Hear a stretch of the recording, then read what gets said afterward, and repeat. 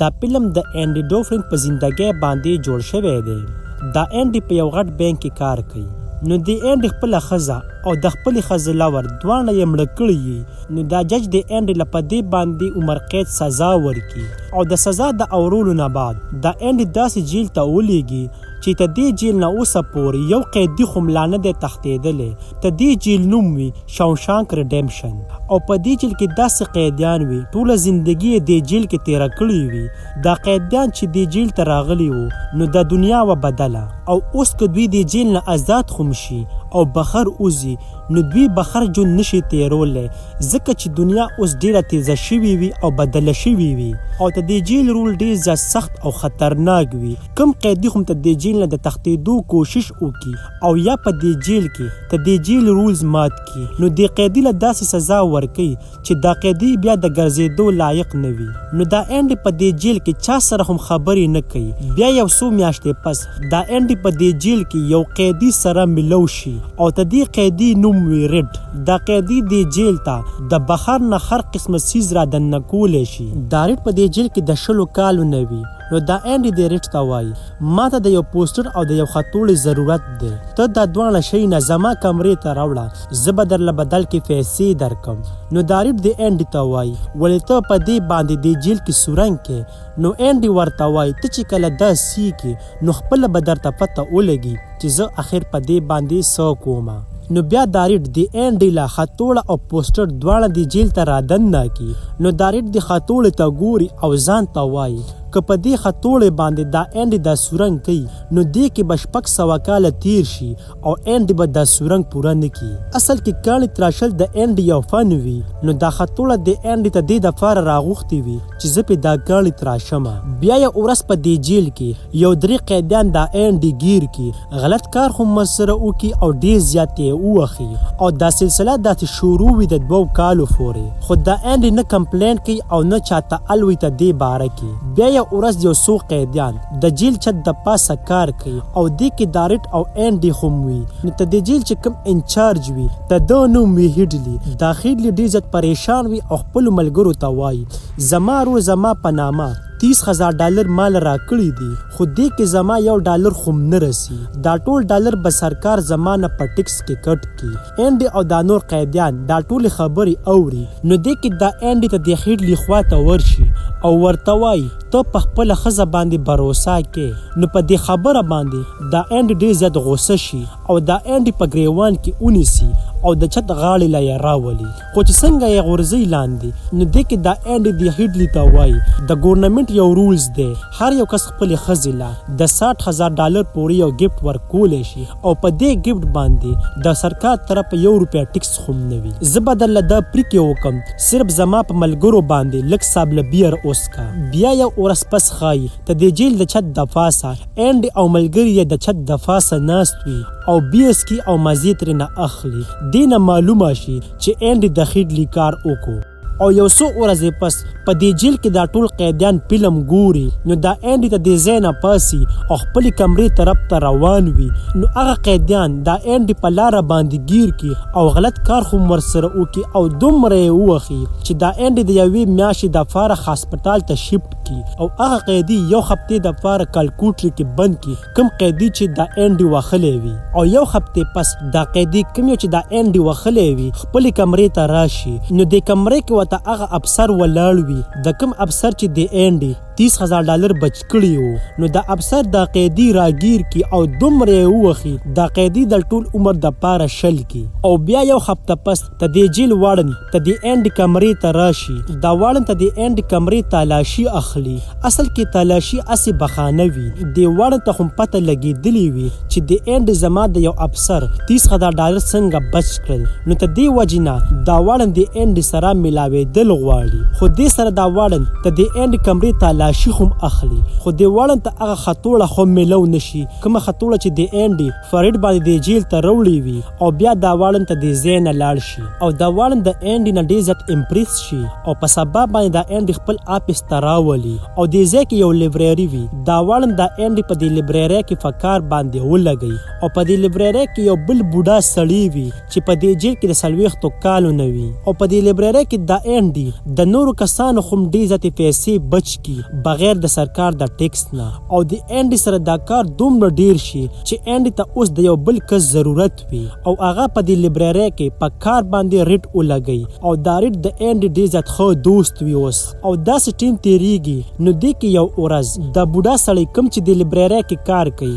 هغه د یو قیدي په مرو باندې چاقو ایښی وي. اصل کې سرکار ته د بوډا سړي نوره سزا معاف کړې وي خو دا بوډا سړی نه غواړي چې زه ته د جیل نه بهر وځم. د دې بوډا سړي په دې جیل کې 50 کاله پوره شي اوس نو دا جیل اوس ته د پاره خپل کور وي. نو دا بوډا سړی وایي چې زه یو بل مړی وکم نو سرکار به زما سزا نوره خو زیاته کړي خو دا انډي او ریټ دا بوډا سړی ډېر زیات پوه کړي. نو دا بوډا سړی ته د انډي خبره ومني او دا قیدي پرېږدي او بیا دا بوډا سړی ته د جیل نه 50 کاله بعد بهر روزي. خو دا بوډا سړی ډېر زیات خپه وي ځکه چې دنیا اوس ډیره بدله شوې وي.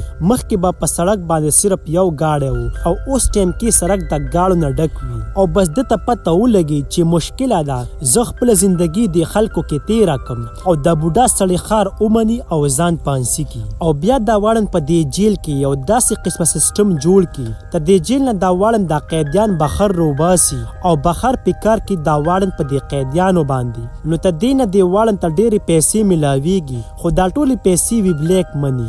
نو د واړن سره دا انډي په دفتر کې کار کوي نو دا انډي والا ته د بلیک منی نه لیګل منی جوړي او ټیکس هم ترې والا ختمي. د انډي د واړن پیسو لا یو بل اکاونټ جوړ کړی وي چې د یو بل کس په نوم وي. دا انډي دا ټولې پیسې دغه اکاونټ کې جمع کوي که چېرته سار له سرکار ته پته هم ولګي نو د واړن ته به څه مسله نه وي. بیا ښایي چې د جیل ته یو نوی قیدي راشي او ته دې قیدي نوم وي ټامي او دا ټامي په یو غلا باندې ګیر شوی وي نو صرف د 2 کالو سزا پرې ختلی وي. نو بیا دا ټامي انډي سره ملو شي او دا ټامي انډي ته وایي بس زه اوس د خپل زندګۍ نه تنګ شوی یم کله یو جیل کې او کله بل جیل کې ما خپل تعلیم په نیمه کې پرېښی و بس زه یم چې اوس خپل تعلیم پوره کړم چې دې پرې زه ته د جیل نه آزاد شوم نو خپلې ښځې او زوی سره به یو نوې زندګي شروع کوم. نو دا انډي ورته وایي زه به دې کې ستا پوره مدد کوم.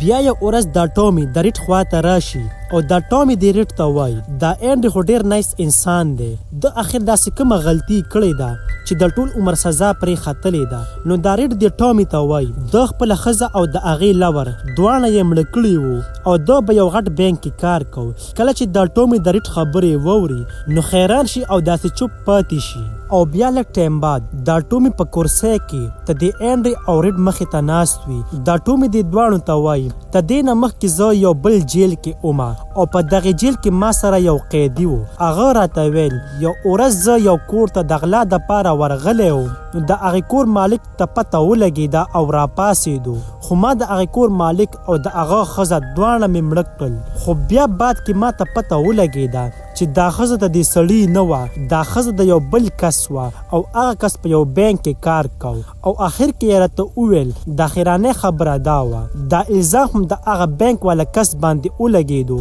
او د همیشه دپاره یې جیل ته ولېږو. نو ته دې نه موږ ته پته ولګي چې دا انډي بې قصوره دی او بیا دا انډي د واړن خواته لاړ شي او دا ټول خرڅه ورته بیان کړي خو دا واړن په قصد باندې ته د انډي په خبرو باندې یقین نه کوي. ده ته پته وي که چېرته دا د جیل نه بهر ووتو نو زما کار به څوک کوي د دې باره کې به زه چاته هم بهر نه ویم. نو په دې خبره باندې د واړن له غوسه ورشي او د یوې میاشتې دپاره دا انډي کالکوټري کې بند کړي او بیا دا واړن دا ټومي د نیمې شپې بهر د جیل نه روباسي او دا هم ولي ځکه صرف د ټومي ته پته وي چې دا انډي بې قصوره دی. بیا دا واړن د انډي پسې کالکوټري ته راشي او ورته وایي ټومي بېګا د جیل نه تښتېدو نو موږ نه غوښتل خو موږ سره بله لاره نه وه او ویم شتو او که چېرته ته زما خبره نه منې نو یوه میاشت په در باندې بله خو دې کمرې کې تېره کړم او دا انډي د کالکوټري کې 2 میاشتې تېرېږي. د دې نه مخکې یو قیدي هم دومره ټایم د کالکوټري کې نه و تېر کړی. 2 میاشتې بعد دا انډي د کالکوټري نه بهر روزي نو دا ریټ د انډي خواته راشي او دا انډي ریټ ته وایي کله هم چې زه ته د جیل نه آزاد شومه نو زه به زونټیاګو ته ځمه چې دا ځای په مکسیکو کې دی او هلته کې به د سمندر په غاړه کې یو ښکلی او مزیدار هوټل کولاومه او بس باقي زندگی به هلته کې تیرومه. نو دا ریډ د اینډ ته وایي امید ډېر خطرناک شی دی.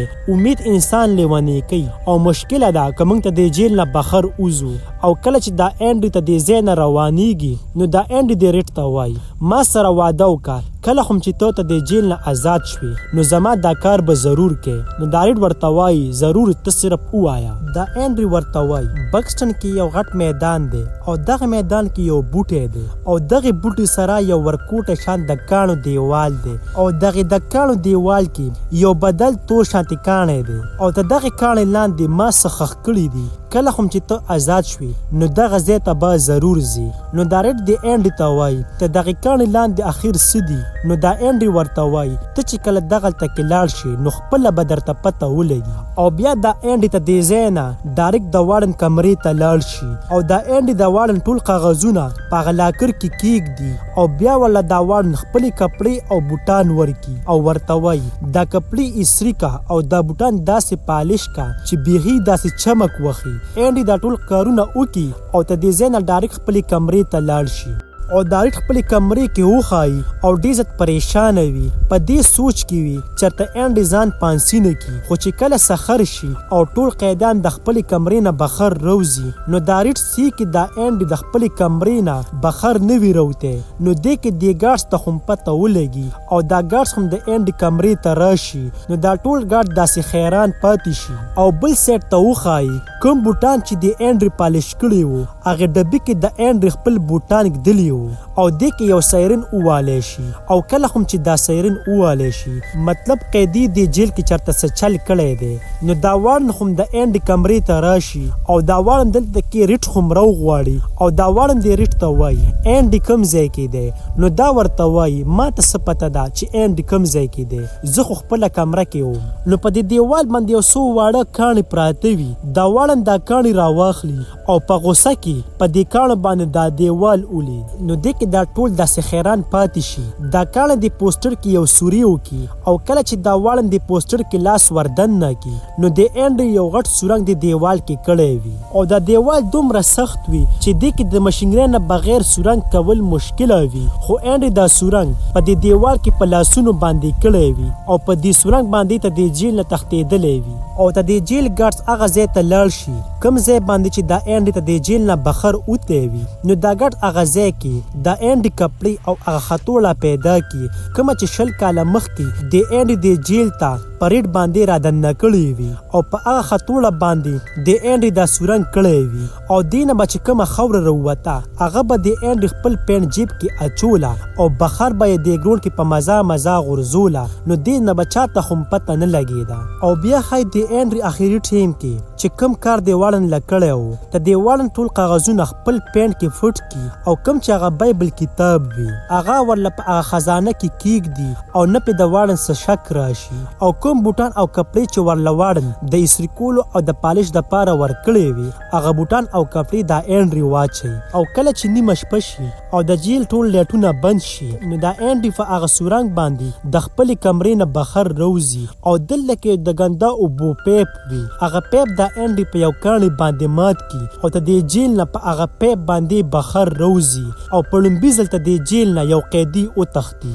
او بیا د بلې ورځ په سحر باندې دا اینډ هغه بینک ته لاړ شي کوم بینک چې د وارن ټولې پیسې جمع کړې وي او د هغه بینک نه دا اینډ ټولې پیسې راوباسي ځکه چې د بینک ولله د اکاونټ جوړ کړی وي نو دله طریقه خو مرزي او دا ټولې پیسې وي $3 लाख او اینډ ټولې پیسې ته د بینک نه راوباسي. او کوم چې د وارن د غلط کارونو کاغذونه وو هغه کاغذونه د اینډ په کوریر باندې پولیس ته سینډ کړي او د وارن دا نیوز په اخبار کې هم راشي او دا وارن چې کله خپله خزانه کولو کی نو دې کې د هغه کاغذونو په ځای باندې د اینډ بایبل کتاب پروت وي او په دې بایبل کتاب کې ورته د اینډ لیکلی وي تا ماته صحیح ویلی وو چې ازادي صرف په دې کتاب کې ده او په دې کې د هغه خطوړې نښه هم وي. کله چې په لومبي ځل دا وارن د اینډ کمرې ته تللی و نو په دغه ټایم کې دا وارن د اینډ ته وایي تا سره چې کوم د بایبل کتاب دی دې کې کامیابي ده او اصل کې دغه ټایم کې دا خطوړه هم په دې کتاب کې پرته وي. او بیا د جیل ته پولیس والا راشي او دا وارن ګیری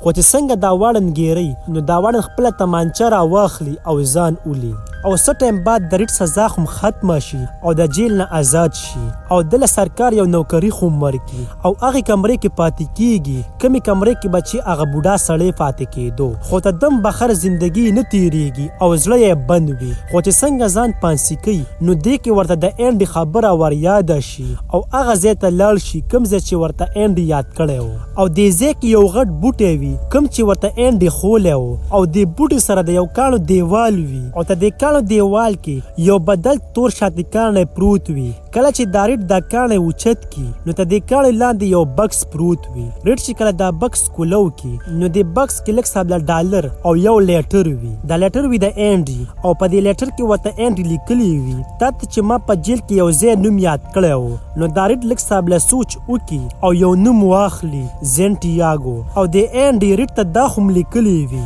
په امید باندې دنیا قایم ده کله هم امید ته سپک مه ګوره او اخر کې یې ورته لیکلی وي زه به ستا هغه ځای کې انتظار کوم او بیا دا ریټ هغه ځای ته لاړ شي کوم ځای چې ورته د اینډ خولی وي او کله چې دا ریټ هغه ځای ته ورسي نو دا اینډ د سمندر په غاړه باندې یو زړه کشتی ټیک کوي کوم چې د اینډ ارمان و کله هم چې زه ته د جیل نه آزاد شوم نو زه به میکسیکو کې د سمندر په غاړه باندې خپل هوټل کولاوم او زړې کشتی به ټیک کوم خو د ریټ ورته په جیل کې ویلی و امید انسان لیونی کوي او دومره امید مه ساته چې موږ به یو ورځ د جیل نه آزاد شو خو د اینډ ثابته کړه چې د ټولو نه ښه شي دنیا کې امید دی او دې سره دا رښتیا کهاني په دې ځای باندې ختمه شي